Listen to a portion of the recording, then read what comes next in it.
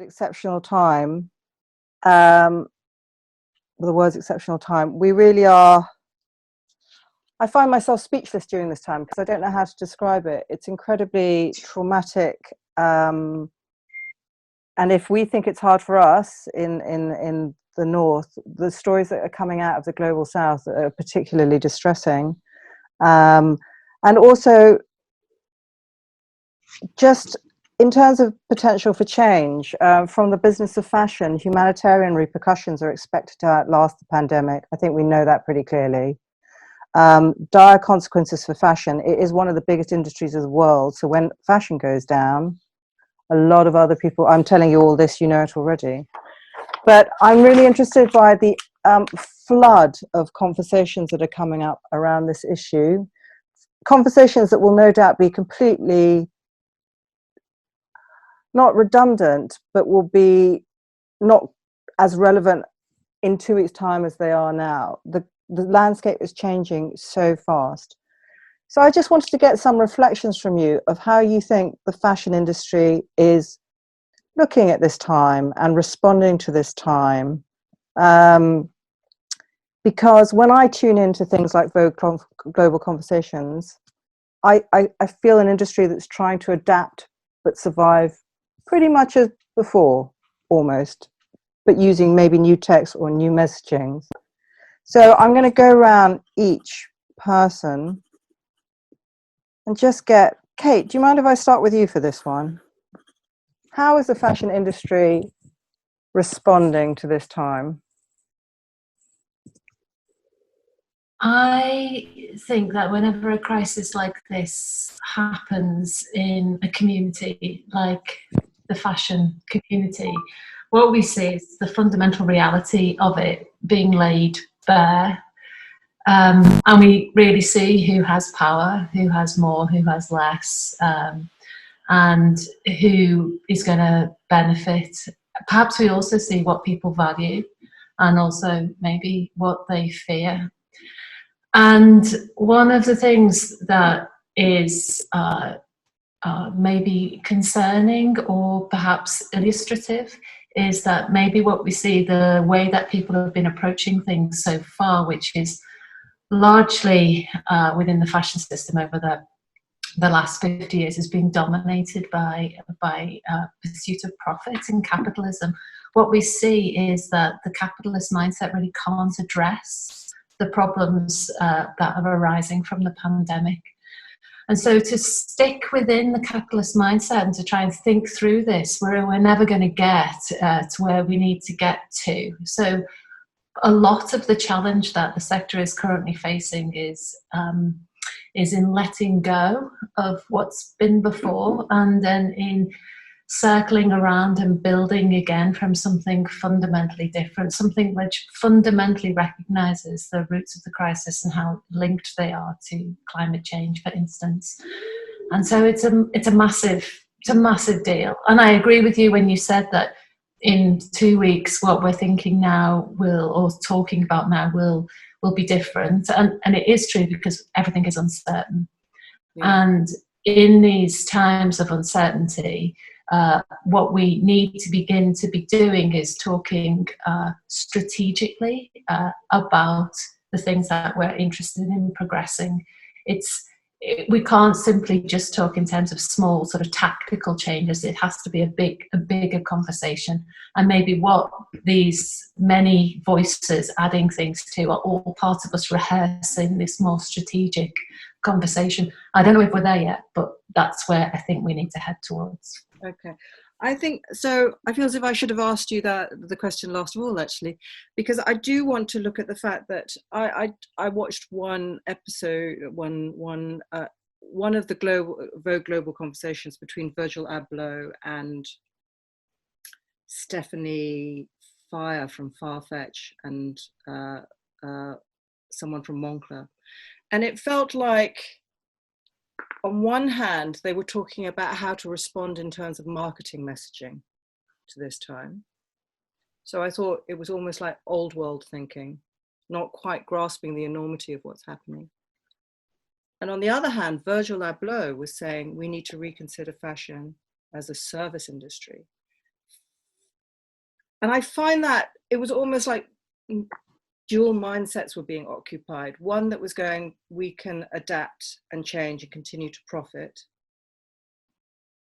But Virgil's quote was like, we need to revision everything. And I want, Faith, could you talk a little bit about the tweaks at the moment that they're still looking at, because they're still thinking, yeah, we can tweak this?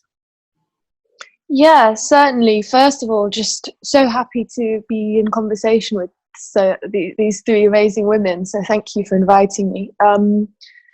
I think that the thing that hit me, I also listened to that Vogue Global conversation, and I think that the message on duality, which came from Virgil Abloh, as you've mentioned, was quite poignant. From the work I've been doing and listening in with different brands around response to COVID, it's clear that the strategy internally is being driven by a split in workforce internally, and in a dual way. So there may be half of the team looking ahead, or kind of imagining a post-corona future, and that may be to do with marketing or different structures, different calendars. And then there's another team that is just trying to keep the ball rolling. So perhaps not focusing so much on change, but just focusing on keeping the ship afloat, dealing with things hour by hour from a supply chain perspective, from a business perspective. So I think that there's definitely this recurring theme of duality over the past few weeks from the conversations and things I've heard. And what I liked about Virgil's contribution to that this week was that he was able to define these two groups in terms of age as well, in terms of that demographic. I thought that was pretty cool, because when you look at youth, for example, which is someone like Virgil Abloh's kind of space, he kind of articulated that a youth-driven movement could possibly come up with original thought or different ideas. And I think that's possibly what the fashion industry does need more of, to avoid going back to business as usual. So that's one point. And then I also see a duality in terms of this conversation, which splits the business of the fashion industry between fashion as an industry, a creative endeavor, and clothing as an industry. And I haven't heard that be distinguished enough in the dialogues and rhetorics I've followed. So perhaps that's something we could talk about on this call too. I mean, those Vogue Global conversations, they're not necessarily talking about clothing as service. They're talking about fashion as art, as luxury.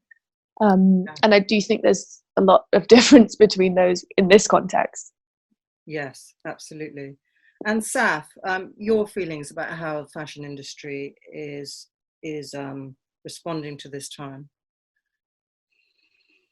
Well, I'm rather like many of you. I'm just mixed with feelings of horror, actually, and a sense of, God, we saw this coming, and I think there's, so kind of coming back to your previous point, there's a kind of a real retrenching. There's a back to basics. There's a sense of leadership teams within the fashion industry, looking at their agility, their flexibility, coming back to those very human values, but really looking at strengths of relationship. I think strengths of the relationship of themselves, with themselves, with their other board members and senior managers, with their investors, with their other stakeholders, with their suppliers, of course, notably.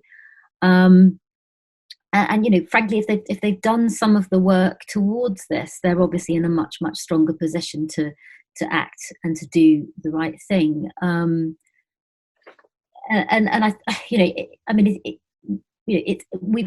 it needs to be about long-termism. It's never been enough to be about short-term profits or about what this quarter will look like. And I think that's what we've seen the unraveling of, haven't we? I mean, 101 economics and this shift from old paradigm to new paradigm is very much about putting nature and people, or the workers, central to the model. And I find it really personally quite difficult to talk to, because the ethos with which we founded and run People Tree is very much about that. So it makes me really quite angry that a model which is relatively small has been competing on an unlevel playing field with trying to pay the workers as best possible, trying to incorporate the environmental costs, the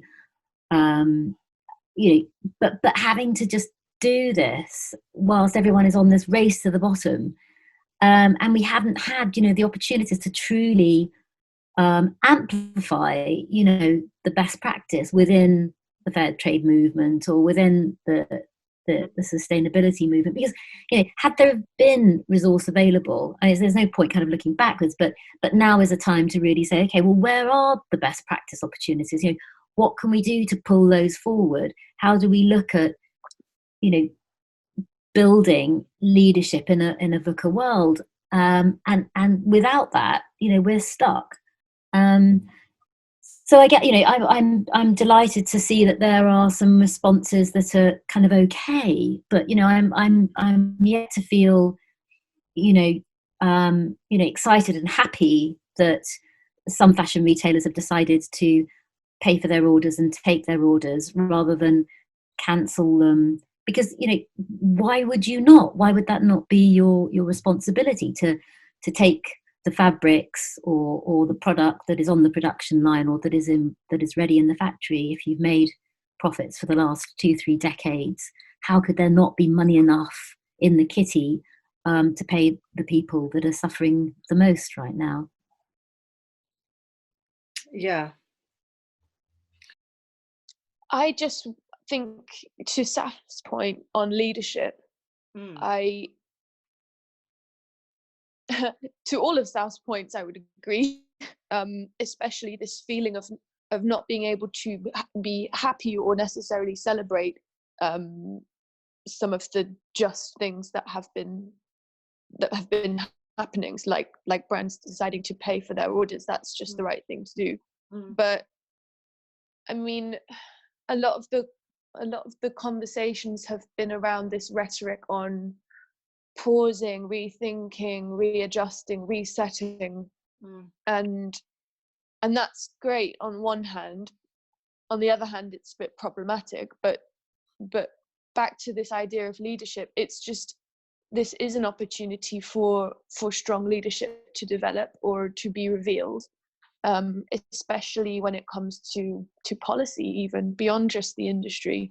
So I think that a lot of us, people listening to this, and all of us on the call now, we've done a lot of listening, and I think it has been quite a strange time for kind of like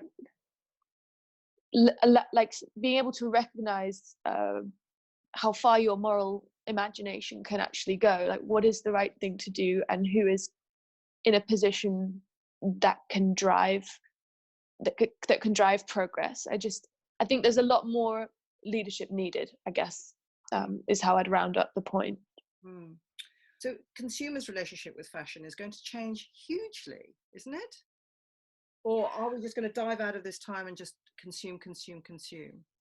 I think there really is a risk that certain parts of the population just go back to the old normal, and it's really for not just influencers like ourselves, but it's a huge campaign that's necessary, that should be public awareness driven as well, which is about a realignment of what do we really need, true appreciation, the kind of gratitudes that are about simplifying our lives so that people can live, simply live. I mean, it's the old Gandhian thing, isn't it? But I do really fear that whilst some of the fast fashion companies say that they're still selling quite a lot of stuff because people are at home and they want a boob tube or whatever, that's it's that itch, it's the consumerist itch, isn't it, that needs to be scratched. And so there's a huge amount of kind of inner work that we all need to do about decoupling ourselves from that itch. And I think it's impossible for that to happen with I'm not saying that I'm not delighted to be on this call, but it's not going to be fringe elements that are going to be doing that. We're going to all have to realign, and it will take corporate marketing budgets, I think, to also talk about what's the really important stuff of life, and want to engage with their brand because they are decent people with decent morals that add up around this whole new economics theory, which is donut economics. There are finite resources, but 7.7 billion people have to be able to feed themselves. So how does that all work? And what's our part to play in it? And if we're middle class professional people and we are complicit in further widening this gap between the poor and the elite, that is absolutely outrageous. No, we don't deserve to buy a Chanel dress because we've got a good salary from a particular brand. We need to walk the bloody talk. Are we accelerating the change we need to see for this industry? So Anyone really? So I would say I don't know yet. My instinct is that there's going to take a huge amount of effort to actually put the earth first when there's a focus on short-term profit seeking. I actually think that it's really important that we use this moment of a sudden stop and then a refocusing of what might happen. We use it and actually we really begin to reflect on what it is that we want. I think that's essential. I think it was like Bruno Latour or somebody who put some questions out there as a little exercise to get people to observe about what is essential and emblematic of what their lives are at the moment. Which sort of things do we miss and which sort of things do we not care about? And how do we move forward? And I think it's incumbent on us all to do that. To link back to this sort of question about desire and consumption, profoundly, things have to change. We've known that for a long time. Issues around levels of consumption. We all know that the only strategy that the sector can engage with successfully going forward is one that shifts to less material consumption, to reducing material demand. And this is for companies to treat coronavirus or climate change more broadly as a marketing strategy is an outrage, and that it's not being called out systematically is something that really needs to be dealt with, and perhaps coronavirus gives us that opportunity. Maybe it does, but once again it is it's required by us all, maybe leaders, to begin the conversation around what that will be. But maybe this process of the sudden stop and the realization that to go forward now, we're going to have to. It's not like we can go back. Of course you can't go back. And actually what was before was a crisis. It was totally broken. So, and everything now has needs to be made again. So why would you remake a broken system? So this is the moment going forward where we can choose to do things differently, and they must be profoundly different. Perhaps the biggest problem is a profound lack of imagination. It seems to me that the only thing largely that people can imagine doing is sort of continuing what was before, but a slightly bit better. And that's really not what needs to happen. What needs to happen is an entirely new set of starting points, which are there and have been articulated, but it's about perhaps us really coming together around those and articulating those visually, in sensory ways and in loads of ways which make sense to a business community that has certain sets of skills that are well practiced within fashion. Yeah. So, Can I just build oh, on yeah. Kate's point? Yeah. I was really overjoyed to be in Kate's Earth Logic workshop in London just the week before total lockdown, and really enjoyed it very much. And to her point, you know, to reduce production by 75% is what we need to do. And I found myself thinking and really actually wanting to work with you, Kate, on what that looked like, because I think, you know, what we're trying to do here is we're trying to, you know, clearly I agree with you, there is a lack of imagination, but there's also, you know, mouths to feed, and so we're kind of like stuck in this thing, aren't we, as you know, industry leaders of, you know, God, what happens if I do close, you know, half of my stores? You know, what will happen to my full-time people or my 0 hours contract people if you have them? You know, and likewise, what happens in the factories when I close down? You know, I can't no one can make that transition of you know, reducing their turnover by 30%, you know, without there being, you know, people who lose their incomes, which means they cannot eat. You know, so it's a very, very, very, very, very difficult and very, you know, it's a highly contentious thing. But I found myself thinking, you know, okay, right, well, you know, if it's basic maths here, so we can only make 25% of what we produce, let's say, and that's the world that we start to live in. Let's say that in 2022 we've transitioned to that point. And what does it look like? Well, it means that whatever we're making, we know that fast fashion is going to be, well, second hand and you know, charity shop buying is going to be the same level as fast fashion very, very soon.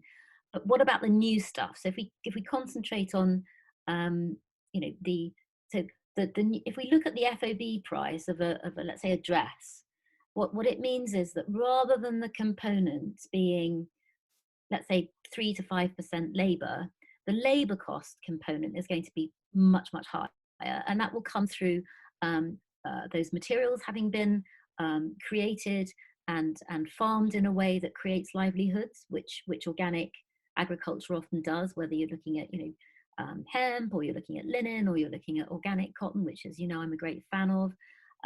If you then look at creating fabrics, potentially hand woven, that could go to scale. We have literally hundreds of 10 million hand weavers in India and Bangladesh. So, and the obstacle to them really commercializing that is design skills, you know, good buyers that will actually help them through the process to define for them, you know, what they need to make in terms of fabric, and then to convert it into garments, your hand knitting, other craft skills.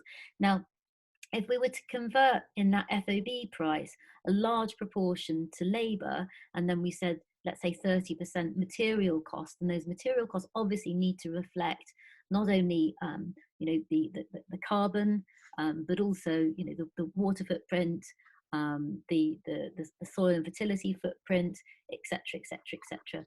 And then there were, let's say, 30% of the FOB price that were left for the managers of that process, you know, both in the majority world and in our first world. And then we start multiplying. The FOB price is what you pay for the garment once it's received in, let's say, you know, Southampton to sell in London or Manchester or wherever.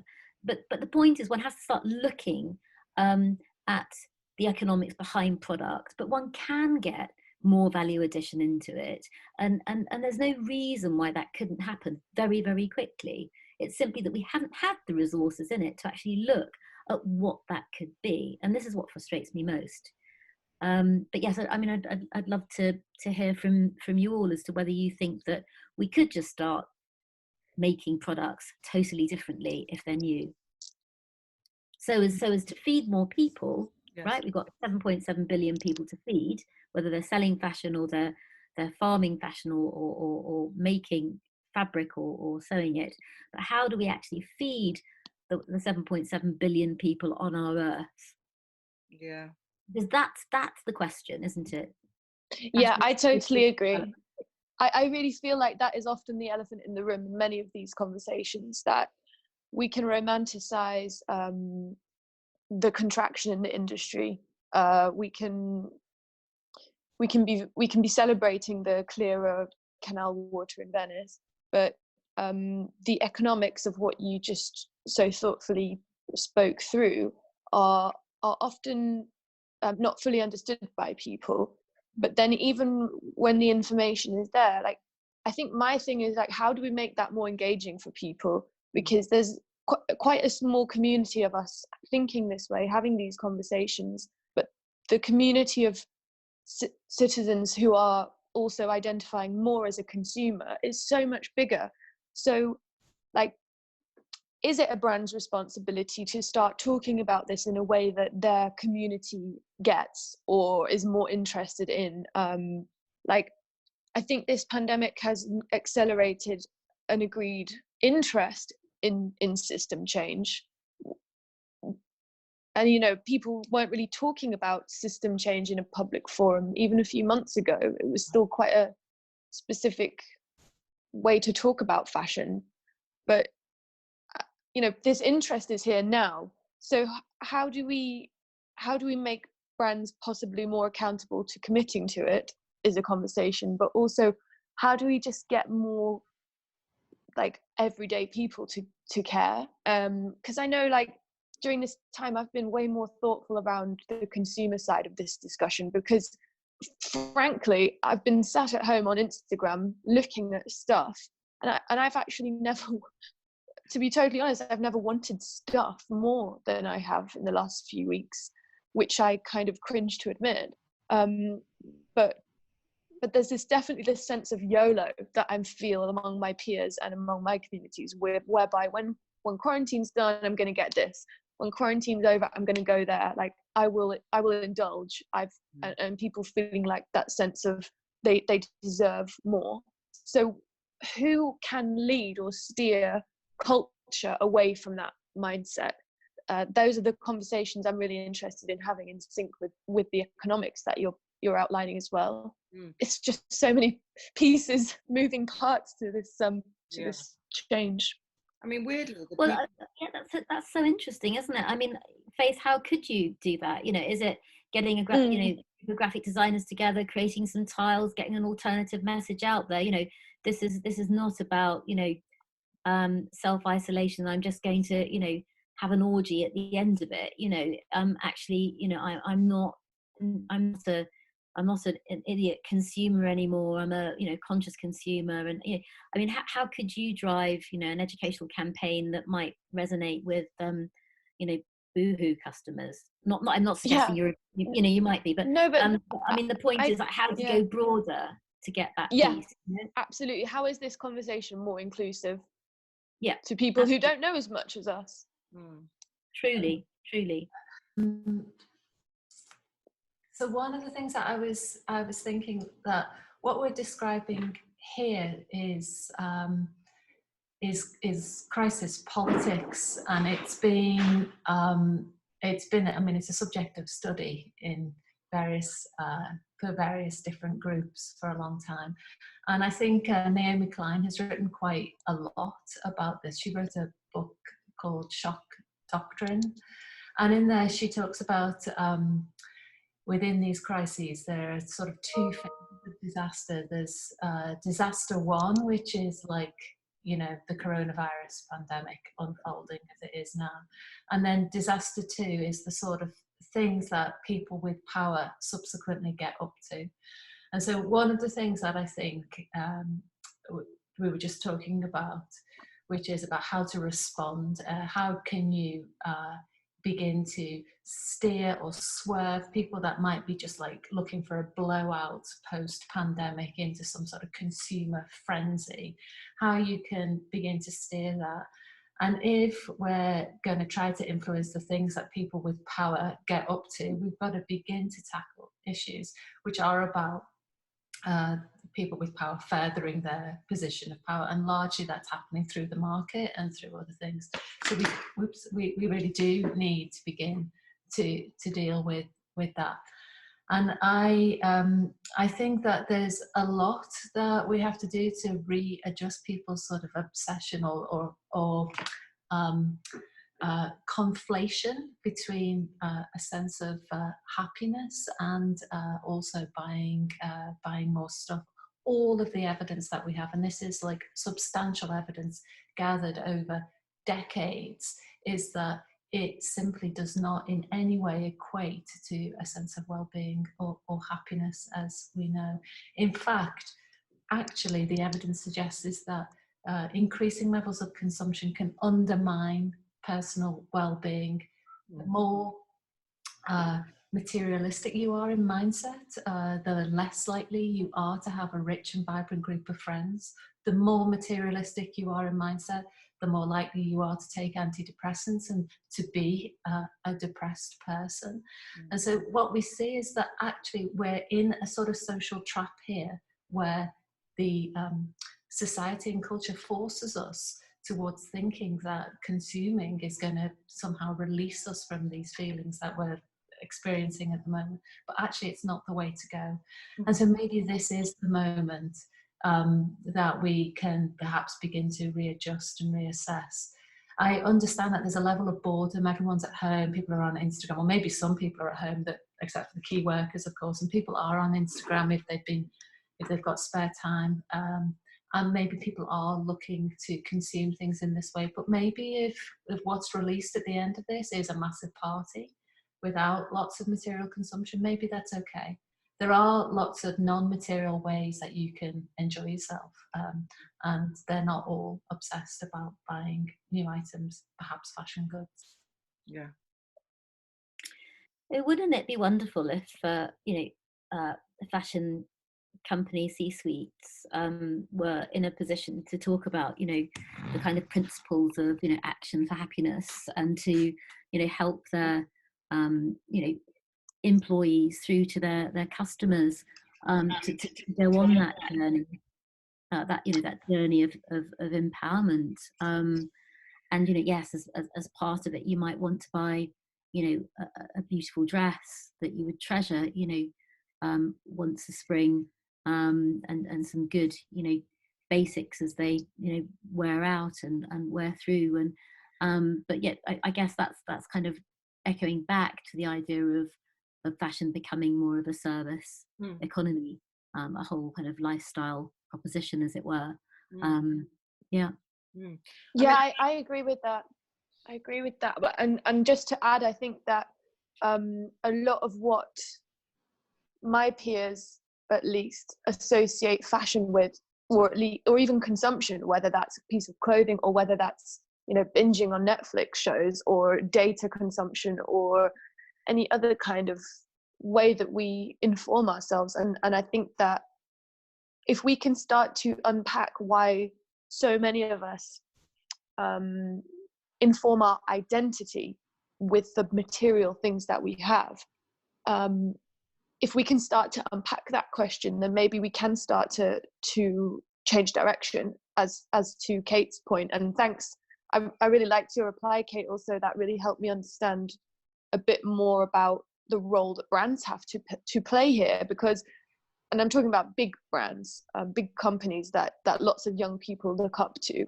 If they can start to change or influence a different way of informing personal identity, then I think that this sense of hope, which is around, people are feeling hopeful. I think that we might be able to realize something from that.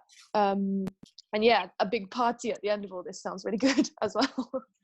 Because bizarrely, it's the brands who have possibly the budget and the influence ready placed to change the way people think about it. So, they are, if instead of a marketing campaign selling new clothes, it was a marketing campaign selling new ways of looking at the planet, they could probably actually mindsets. Yeah, and back to Saf's earlier, I think you mentioned that earlier in the call, Safia, around budget there, you come from an advertising background, isn't that right? So do you think there's power here? Is now the time to flex, like, market? I don't know though, because then it goes back to Kate's point around if big power players are then steering the conversation, then that's not changing the power system or the power structure, and that's problematic. That's problematic, exactly, yeah. Well, there'll always be first runners in any industry. I guess the obvious question is that whilst Patagonia came out with you don't need to buy this jacket and ran an ad in New York Times and is very famous for it. There's business of a certain scale where positioning that we look after our clothes and we don't buy, or we buy less, is okay maybe for first runners, but less okay for brands that are coming next. I think we can't rely on corporations doing that public education piece, basically saying the last 3-4 decades of neoliberalism have been totally destructive, and here's what the new paradigm, the new economic system looks like. And we'll culturally interpret it for you and give you all the clues. Wonderful if many of them could do it, but I wouldn't hold my breath. But I do think it's about government really looking at legislation.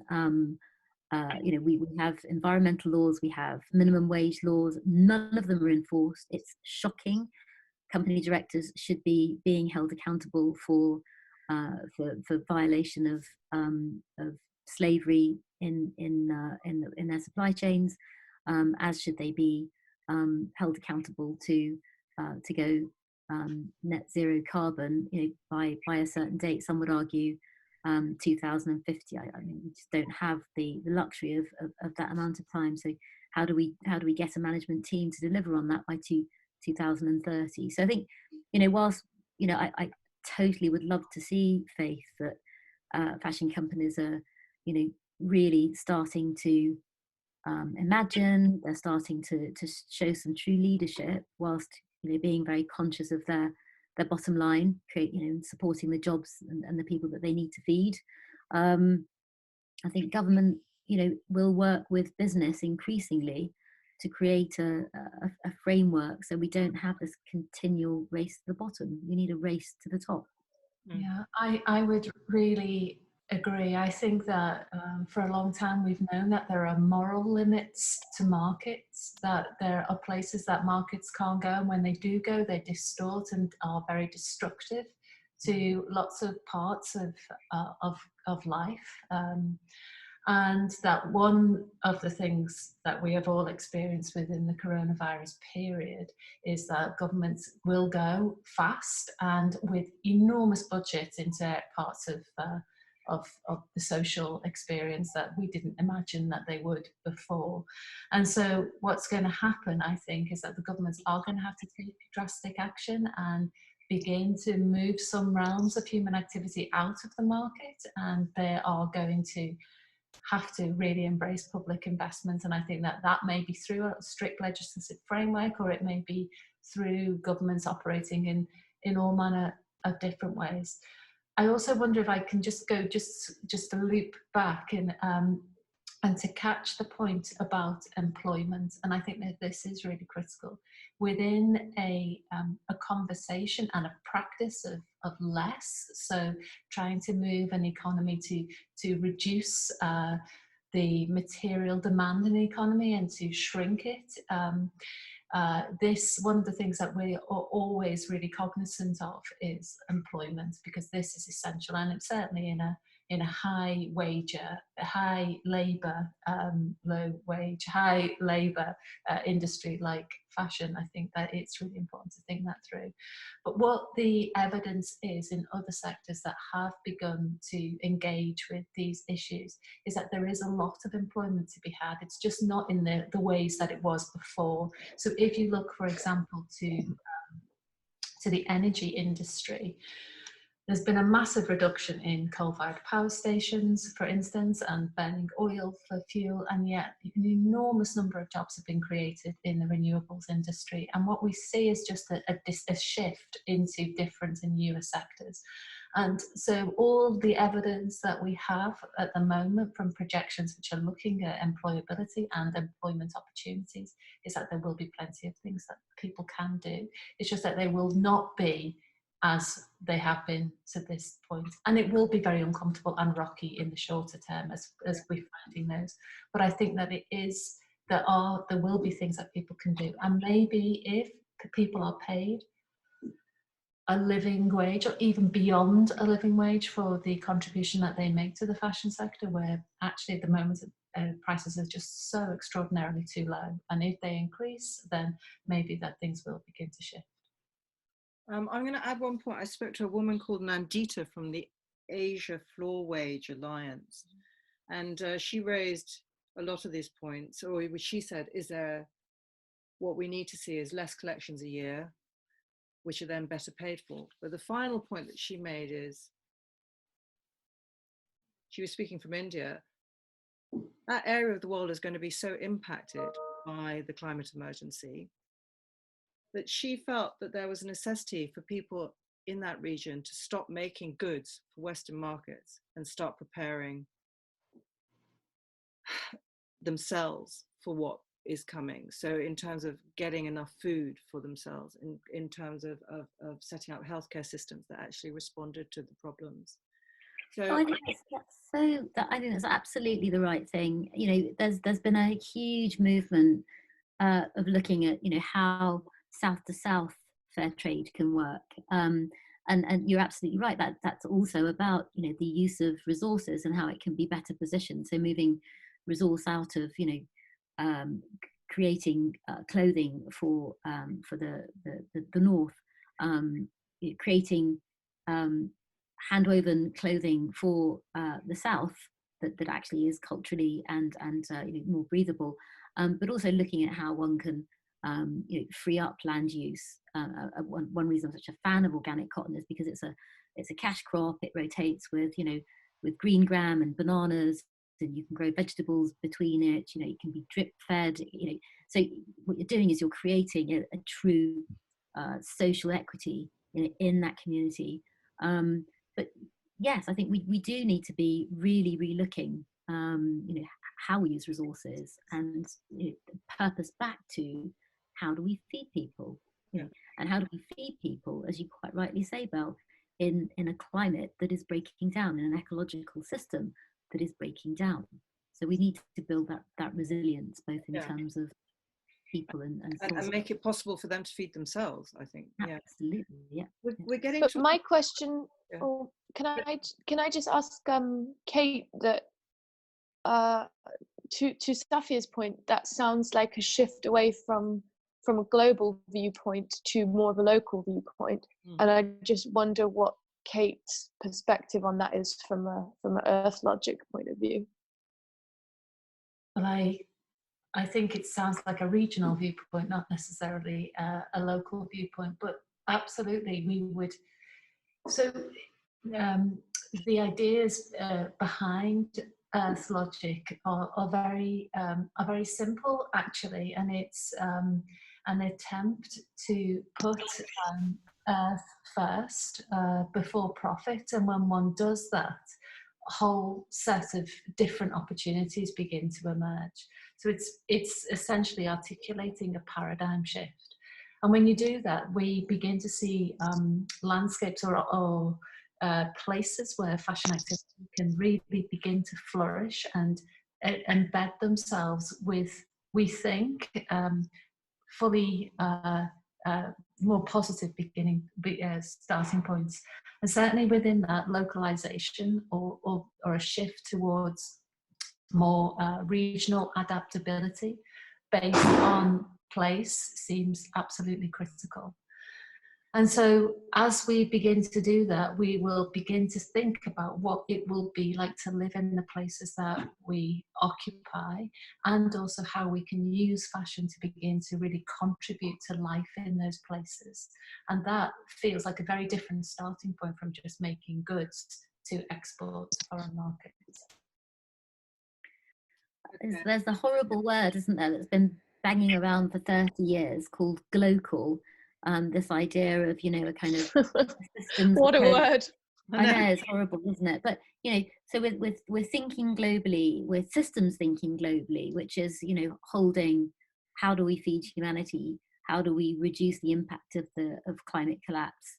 at the same time, we're thinking, how do we, build on the social and cultural equity, the skill sets, the opportunities for livelihood build in a truly rich and authentic way, as Kate said, by using, alpaca or wool or cotton or whatever it might be, but what can be grown and enjoyed, and and the true diversity that draws. So by being, and it's interesting because it does echo back on the originating principles of fair trade in celebrating cultural identity. And the Latins have been absolutely passionate about this right from the get-go.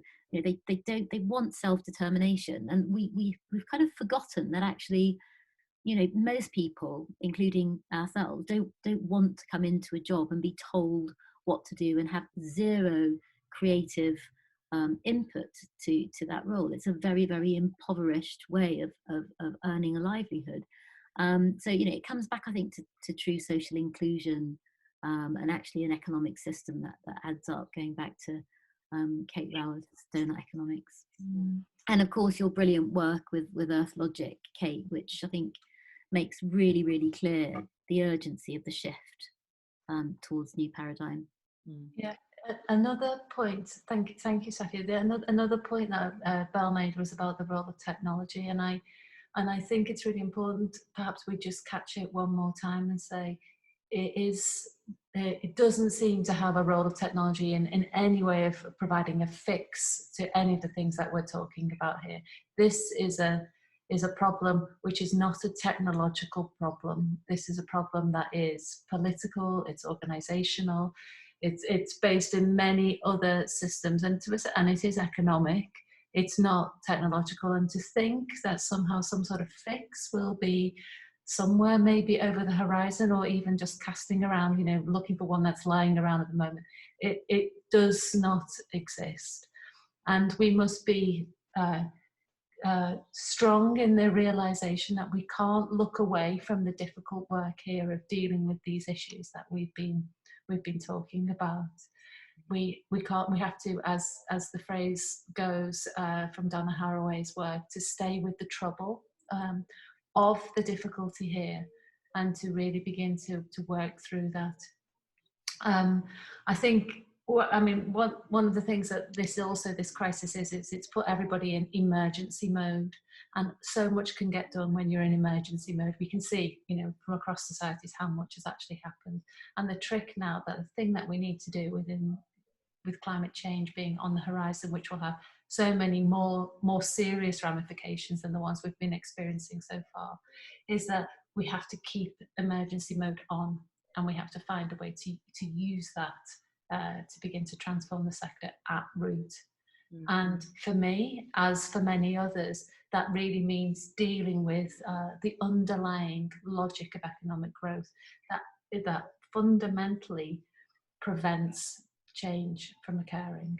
And this means difficult questions being asked of all businesses, but also a greater celebration of what fashion can be when you look beyond it being only about industry. Yeah. So we're going to wrap up here, and I think I can't remember which of you used the phrase "use fashion to contribute to life," and this is a future vision of what is the potential role here of this industry in the future, and what are your hopes for after this time? Well, I think I might have said something similar. So that fashion or textile or clothing, whatever one wants to call it, making anything actually should be a tool for development. A tool for development means that it enables self-determination, it enables the basic human rights to be met and to go beyond, celebrates self-determination and creativity and social inclusion and the diversity of humanity, whilst taking into total frame the limited and scarce resources that we have on our planet. So it's a just I love the idea of the emergency mindset. I can't show it to you because I've got the silly Zoom background on, but I have a sticker as I walk out of my office door which says, how can I keep the emergency mindset without going bonkers? And the truth is that I find that very, very difficult to, because we all, we have to be emotionally well to move from emergency to emergent, to keep the actions moving, to keep visioning. But yeah, I think that fashion or business can certainly and must be used as a tool for good, and that comes with looking totally at the question of shareholders, tax havens, shareholdings that have been so ruthless in skimming off the benefits of the trading system for the last 3-4 decades, and looking at a different approach to the business model, and also looking at tax havens. I mean, it's just absolutely unacceptable that the British government would be bailing out Philip Green when he's sitting there in Monaco near his 100 million yacht, of which I'm sure he has many. Just absolutely unacceptable. And we as consumers must be angry about that, because that is what undermines the money that is needed now for innovation to put food on the table of the hungry and starving. It's absolutely disgraceful. Yeah. Faith? I think my hope, to answer your question as concisely as I can, is that I can live and enjoy living in a creative way. This is kind of a selfish answer, but that I can live in a way that I'm not constantly confronted with the cognitive dissonance of the choices I make. So I suppose that would that's me seconding Safia's answer there, in terms of solving all of these things and making sure that we can continue this emergency mindset. I love this point of view, because we don't really have time not to. So I guess my hope is that we can get a lot of this stuff done in time, and really ride the momentum of this terrible humanitarian crisis to better the industry. Yeah.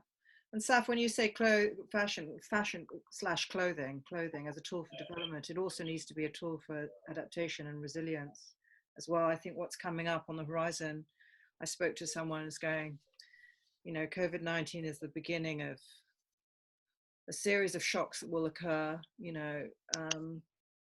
More pandemics are predicted on the horizon. And of course, we've got the effects of the climate emergency really starting to hit home in the next 10, 20 now.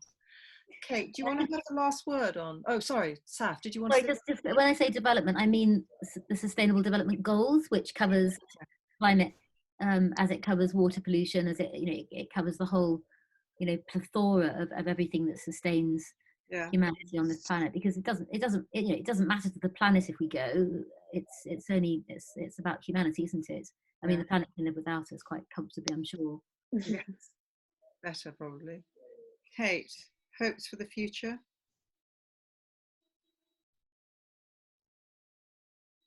Oh, Kate, you're muted. Great. Sorry. I think I have loads of different hopes, but perhaps they come down to two clusters of different things. One is about using fashion or using clothing, garments, wherever we can, to build, to renew our connections with each other and with nature. And I think that fundamentally that will get us to a profoundly different place. And that seems sort of like high level and abstract, but when in the real personal experience of that, when you feel it in your body, it's a very different thing.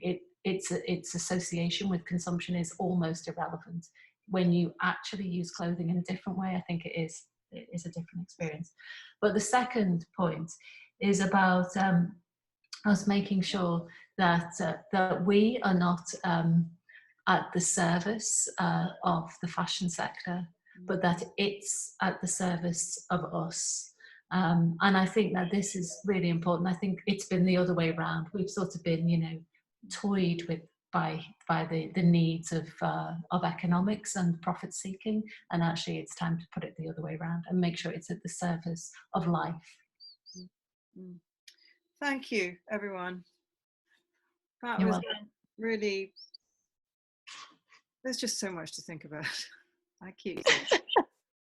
I know. These days is just about just listening. I think these days are about listening. So I've really enjoyed that on this call. So thank you. Yeah, and absorbing. But yeah, Kate, your Earth Logic has been, your book is on the shelf just above my writing area, and I just reach up, flick through, put it back, reach up, flick through. It's been brilliant. Yeah, we're doing an online Zoom workshop as part of Fashion Revolution Week on Thursday, I think it is. Yes. Oh, great! I didn't know that. Okay. Yeah, I mean it's an attempt to sort of just to keep it moving forward in, you know, as everything's gone online. So yeah, let's see how it goes. Yeah. Well, I will flag that up on my social media actually when Yeah, will you send us more info after the call on the email?